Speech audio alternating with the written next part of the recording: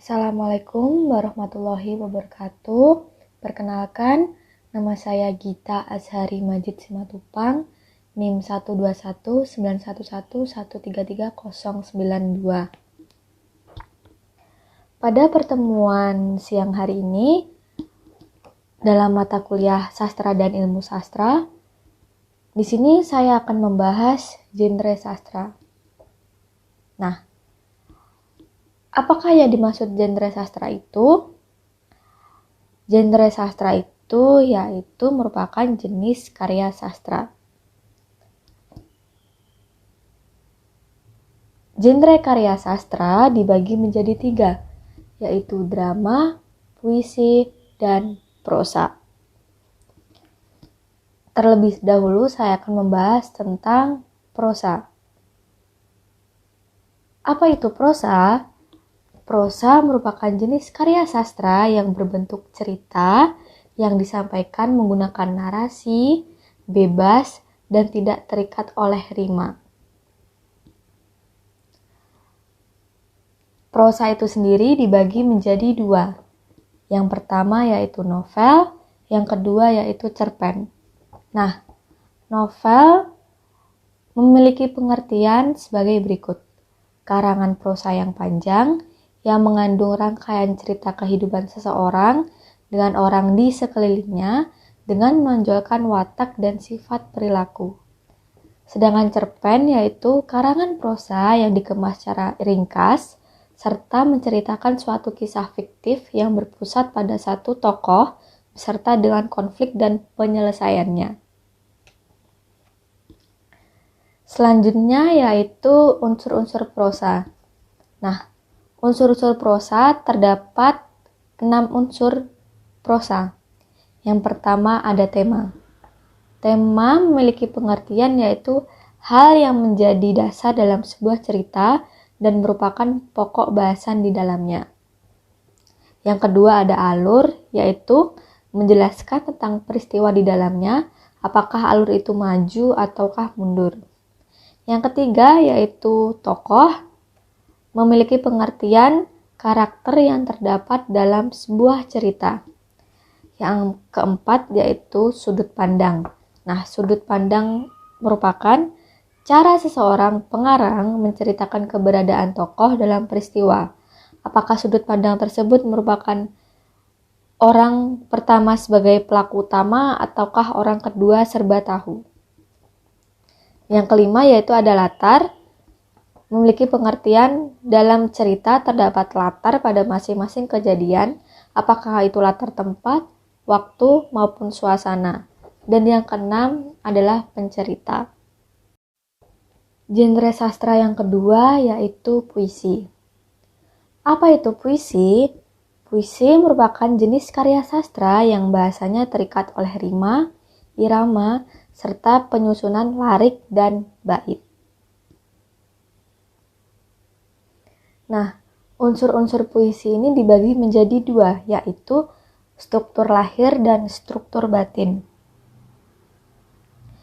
Struktur lahir mempunyai pengertian yaitu struktur fisik puisi berkaitan dengan struktur kebahasaan yang membangun puisi tersebut. Dalam artian ini berhubungan dengan teks puisi.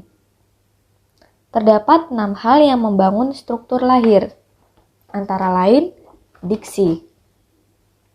Diksi merupakan pemilihan kata yang tepat, dapat memperkuat serta memperjelas daya bayang pikiran manusia. Pemilihan kata harus mempertimbangkan makna, komposisi bunyi dalam rima, serta kedudukan kata dalam keseluruhan puisi yang diciptakan. Yang kedua yaitu ada majas.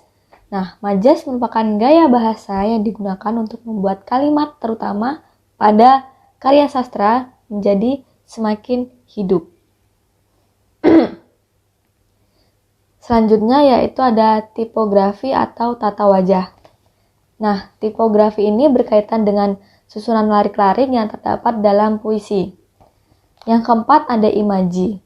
Imaji ini berkaitan dengan mengungkapkan pengalaman sensorik, yaitu penglihatan, pendengaran, dan perasaan dalam puisi melalui diksi. Nah, yang terakhir ada verifikasi, yaitu berkaitan dengan rima, ritma, dan metrum. Rima adalah pengulangan bunyi untuk membentuk musikalisasi, sedangkan ritma berhubungan dengan bunyi, pengulangan frasa, dan pengulangan kalimat.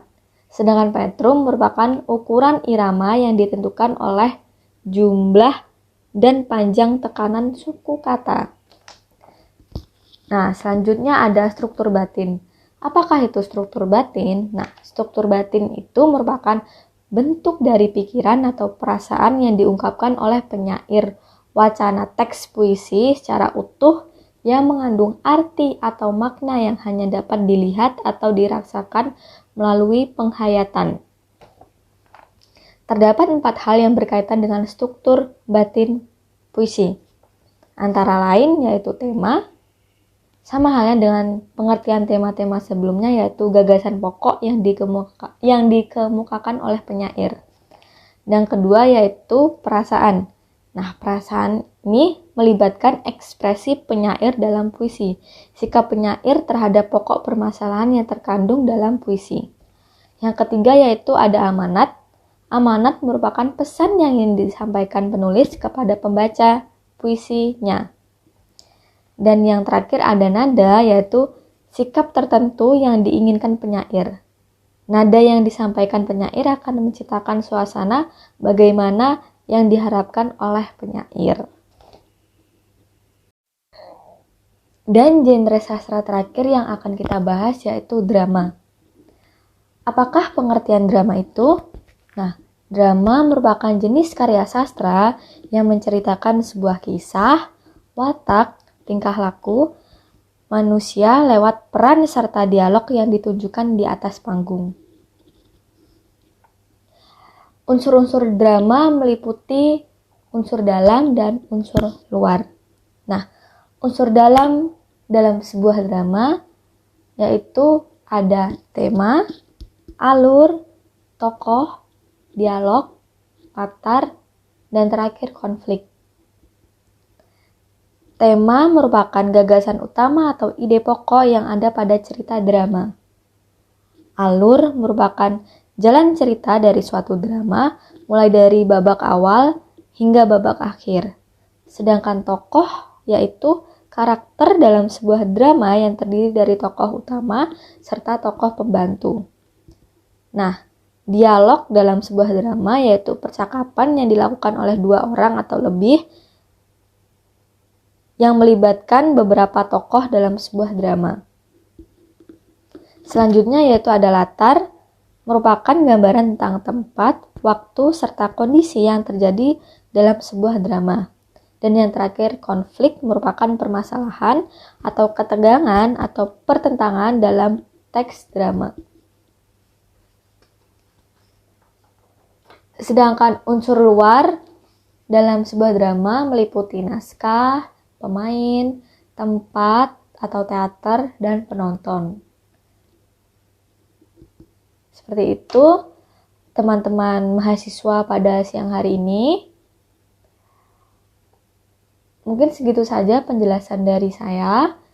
Kalau misalkan teman-teman mahasiswa tidak atau merasa kurang jelas dalam materi pada hari ini, teman mahasiswa boleh mengkontak saya dengan cara chat atau berdiskusi via grup kelas di WhatsApp, via grup kelas mata kuliah sastra dan ilmu sastra ya teman-teman. Nah, pada siang hari ini saya meminta kepada teman-teman mahasiswa mata kuliah sastra dan ilmu sastra untuk mengidentifikasi unsur-unsur pada salah satu genre sastra, bisa prosa, bisa puisi, atau bisa drama, terserah teman-teman mahasiswa ingin dan srek pilih yang mana. Dan kemudian tugas tersebut dikumpulkan di aula sebagaimana tempatnya sudah saya sediakan. Saya tutup pertemuan dalam mata kuliah sastra dan ilmu sastra pada siang hari ini. ada salah kata perbuatan saya mohon dimaklumkan. Semoga teman-teman mahasiswa semua dalam lindungan Allah dan semoga sehat selalu. Dan jangan lupa tugasnya dikumpulkan tepat waktu sesuai deadline yang sudah saya berikan dalam aula. Terima kasih telah menyimak video video micro teaching saya pada siang hari ini. Terima kasih teman-teman mahasiswa. Wabillahi taufik walhidayah. Wassalamualaikum warahmatullahi wabarakatuh. Semangat!